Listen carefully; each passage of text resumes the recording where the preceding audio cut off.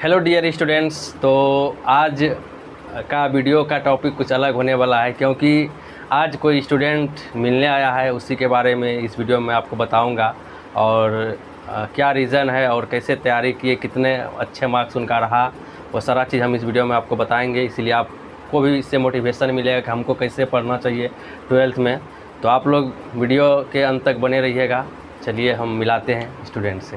ठीक, तो अब ये है आदित्य कुमार, जो कि इसी साल 12th पास किए हैं, इसी ईयर 2023 में। ठीक है, और इनका काफ़ी अच्छा मार्क्स रहा। इंग्लिश में भी अच्छा मार्क्स रहा, हिंदी में भी अच्छा मार्क्स रहा, और भी सारे सब्जेक्ट में अच्छे मार्क्स रहा। ठीक है, तो अभी फ़िलहाल जो है ये स्टूडेंट जो है ग्रेजुएशन के लिए सेंट्रल यूनिवर्सिटी जा रहे हैं, और उसमें इसका चयन हो चुका है। तो इसके लिए मैं पहले इसको कॉन्ग्रेचुलेसन बोलना चाहूँगा, और सबसे पहले मैं इसका मुंह मीठा कराना चाहूँगा। चलिए, तो मेरा भी मुंह मीठा हो। सेंट्रल यूनिवर्सिटी में जो आपका चयन हुआ है, कब से जा रहे हैं? मैं 19 तारीख से जा रहा हूँ सेंट्रल यूनिवर्सिटी के लिए, और 21 से वहाँ क्लासेस स्टार्ट होने वाली है। यह एक अच्छा है, छात्र अपने सपनों को पूरा कर सकते हैं। सेंट्रल यूनिवर्सिटी में पढ़ने का सपना, वो अपने अनुसार किसी भी सब्जेक्ट का एंट्रेंस एग्ज़ाम देकर वो सेंट्रल यूनिवर्सिटी में एडमिशन ले सकते हैं। तो आपने अभी सुना जैसा कि सेंट्रल यूनिवर्सिटी में जाने के लिए आपको एंट्रेंस एग्ज़ाम देने पड़ते हैं। एंट्रेंस एग्ज़ाम होने के बाद अगर आपका सिलेक्शन होता है तो ही आप जा पाएंगे। तो इसके लिए थोड़ा सा आपको 12th के बाद भी थोड़ा सा मेहनत करना पड़ता है।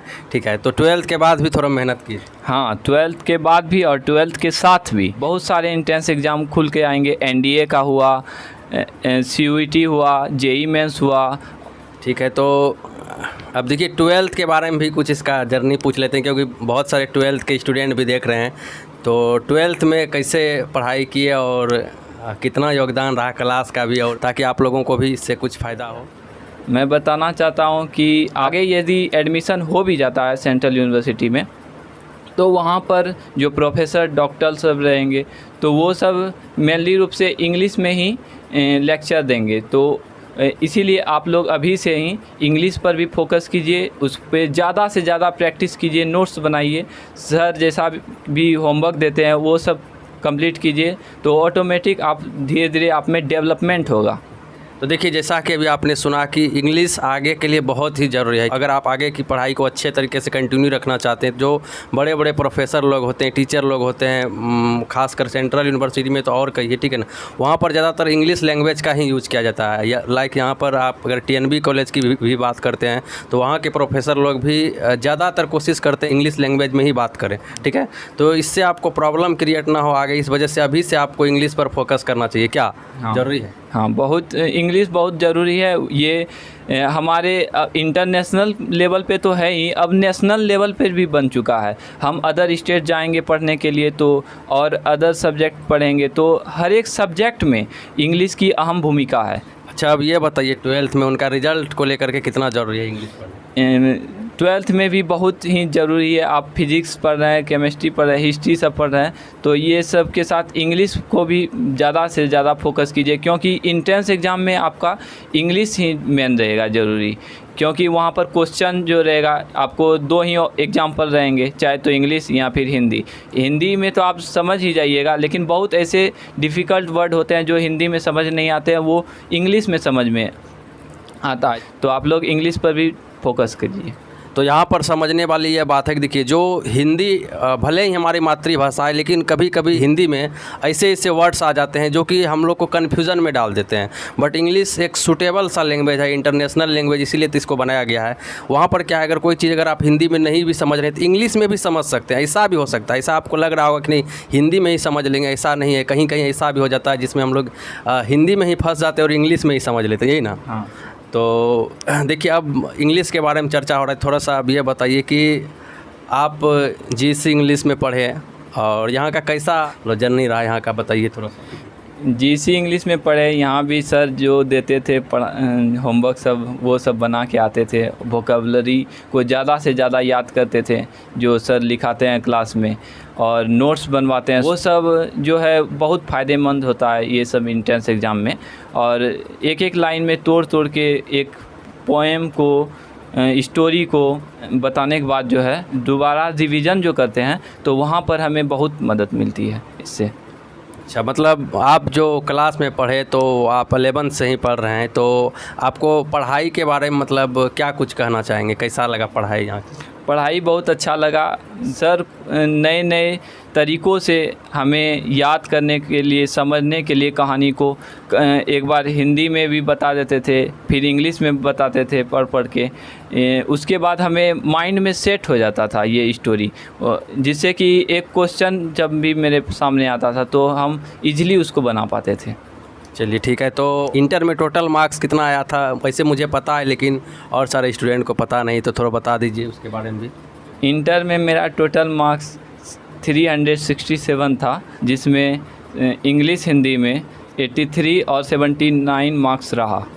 हिंदी इंग्लिश के अलावे और भी टीचर का बहुत महत्वपूर्ण योगदान रहा, इसके लिए मैं उनको धन्यवाद देना चाहता हूँ। तो देखिए, क्योंकि देखिए अगर आप 12th पास करते हैं, इंटर पास करते हैं, तो उसमें 5 सब्जेक्ट होते हैं, तो कहीं ना कहीं सारे टीचर्स का योगदान होता है और ये बहुत ज़रूरी है।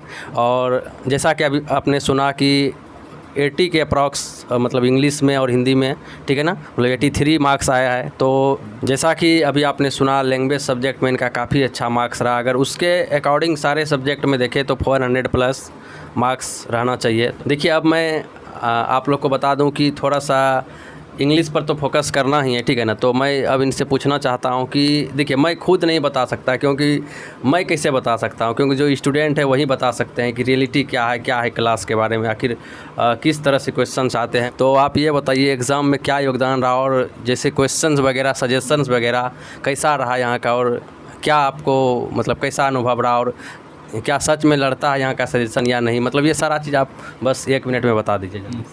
यहाँ के अनुसार सजेशन जो दिया गया था तो हमको बिलीव ही नहीं हो रहा था कि इतना मैच करेगा क्वेश्चन बहुत सारे मैच किए थे बोर्ड में, और ट्रांसलेशन, ग्रामर ये सब भी मैच किए।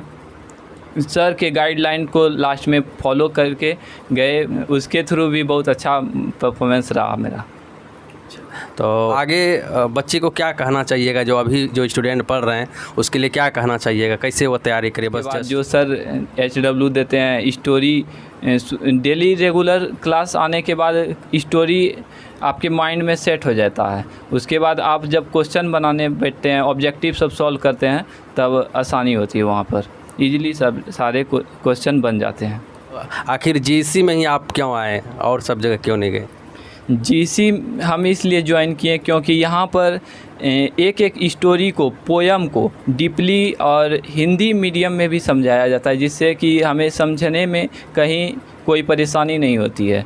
और यहाँ पर स्टोरी लंबे से लंबे स्टोरी को शॉर्ट में बताया जाता है, जिससे कि आप एग्ज़ाम में आपको क्वेश्चन को रटना नहीं पड़े।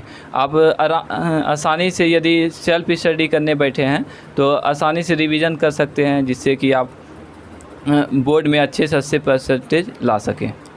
चलिए बहुत बहुत धन्यवाद। और अब लास्टली मैं यही पूछना चाहूँगा कि आप अभी जा रहे हैं, ठीक है ना, आपका एंट्रेंस का एग्ज़ाम आप क्वालिफाई कर चुके हैं, अभी आप सेंट्रल यूनिवर्सिटी जा रहे हैं, तो आप कौन सा यूनिवर्सिटी जा रहे हैं और कहाँ जा रहे हैं ये थोड़ा सा बता दीजिए। गुरु घासीदास विश्वविद्यालय, जो कि एक सेंट्रल यूनिवर्सिटी है गवर्नमेंट ऑफ इंडिया के द्वारा, तो ये जो है यूनिवर्सिटी में जा रहा हूँ। और इसमें मेरा BSc फॉरेस्ट्री के लिए चयन हुआ है, जो जनरल टेस्ट पर आधारित है, जिसमें मेरा 90 मार्क्स आया था और उसी आधार पर वहाँ पर एडमिशन लिया गया।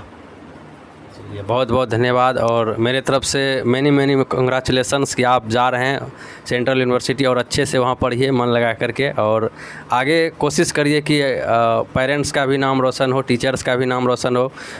तो बस मैं यही कहना चाहूँगा, ज़्यादा कुछ नहीं। और मेरे तरफ से आप सभी को हैप्पी इंडिपेंडेंस डे। तो आज के लिए बस इतना ही, मिलते हैं फिर अगले वीडियो में। जय हिंद, जय भारत।